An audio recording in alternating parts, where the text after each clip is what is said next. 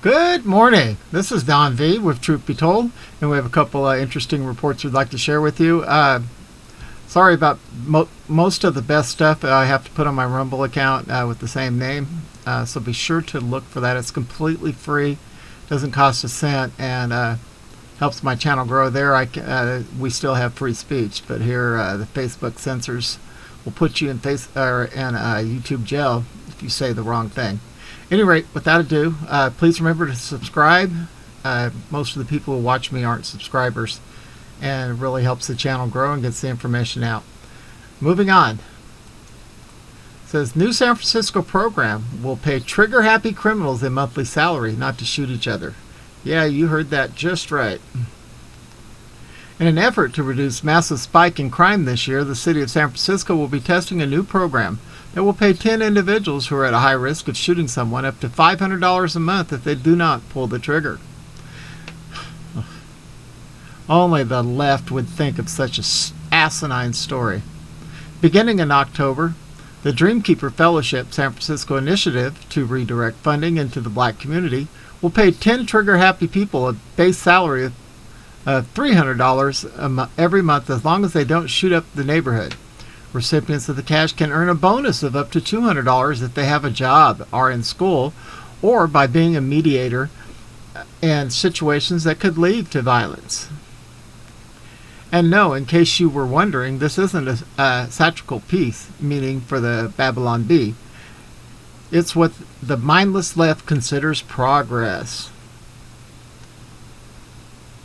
Cheryl Davis, the executive director of the Human Rights Commission, claimed that the money should not be considered transactional and that paying off these violent criminals will somehow improve public safety.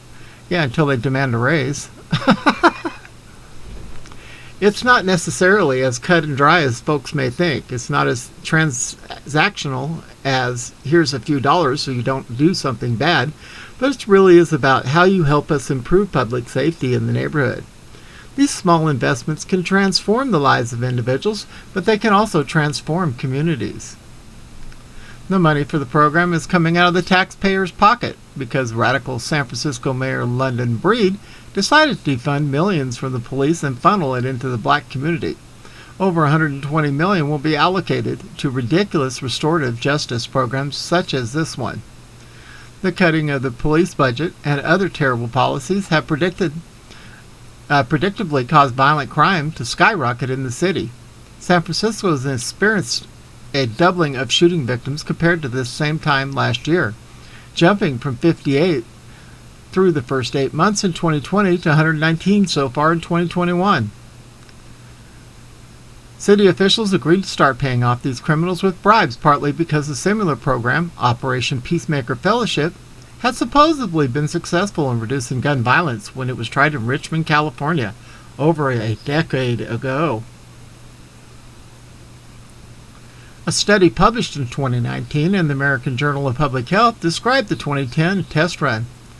The core components of Operation Peacemaker are individually tailored mentorship, a 24-hour case management, cognitive behavioral therapy, internship opportunities, social service navigation, substance abuse treatment, excursions, and stipends up to $1,000 per month for successful completion of specific goals set by the fellowship and ONS staff, including non-participation in firearm violence, a conditional of cash transfer.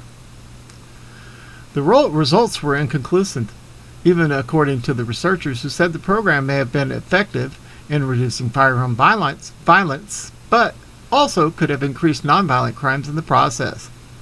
In other words, there's no good reason for the city of San Francisco to be paying these high-risk shooters anything but a visit from authorities. I agree.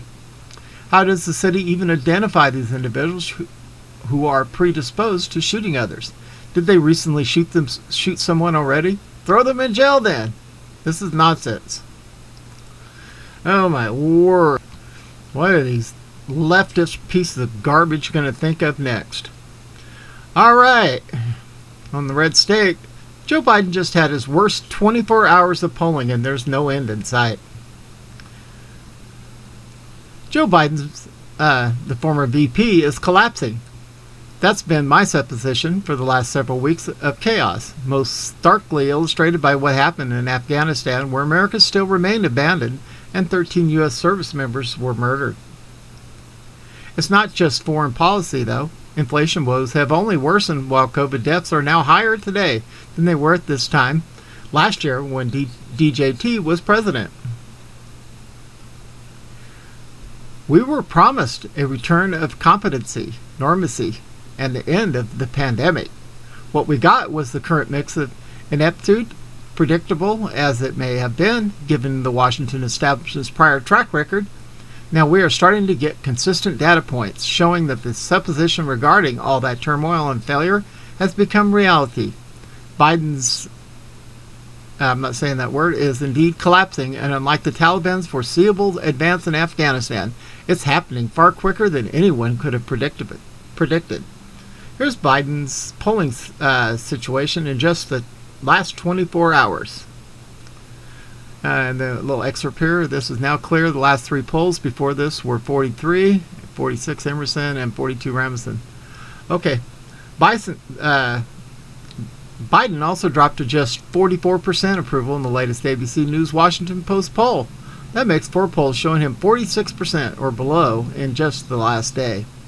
Where does Flashbang do the worst? Obviously, Afghanistan is a huge drag on him right now, with an overwhelming majority disapproving of his handling and withdrawal in all these polls. But it is his former firewall of COVID approval that may have been the most consequential. Whereas he used to consistently remain above water specifically because of his handling of COVID, he's now falling below 50% on that point fairly often now. Adding the fact that most blame him for the current inflation that's nailing the middle class, and you've got an idea of how his overall approval has tanked so much more. So where does Flashbang go from here? I don't think he goes anywhere. There's no reason to believe there's an end in sight to his downfall. When a prez drops in the mid-low 40s in approval, they typically languish. Remember, this is a prez with no natural base outside the possibility of African Americans. Many of the people that voted for him did it as a compromise because they didn't like DJT. They have little reason to stick around now, and history says presidential approval has a major impact on the midterms. I think Flashbang's implosion doesn't just impact him, but it sets up the Democrats for an absolute beating in 2022. A red wave was already probable, but it's quickly reaching imminent territory.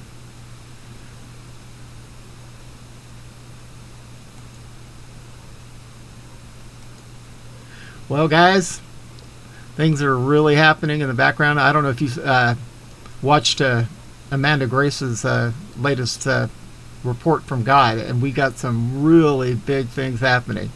Hang in there. Keep in prayer. Keep the pressure on your senators, your assemblymen. Tell them we're not going to put up with this garbage anymore. We're fed up with it. At any rate, this is Don V, broadcasting under sunny skies so far here in Arizona. Hope everybody has a wonderful day, and we are out of here.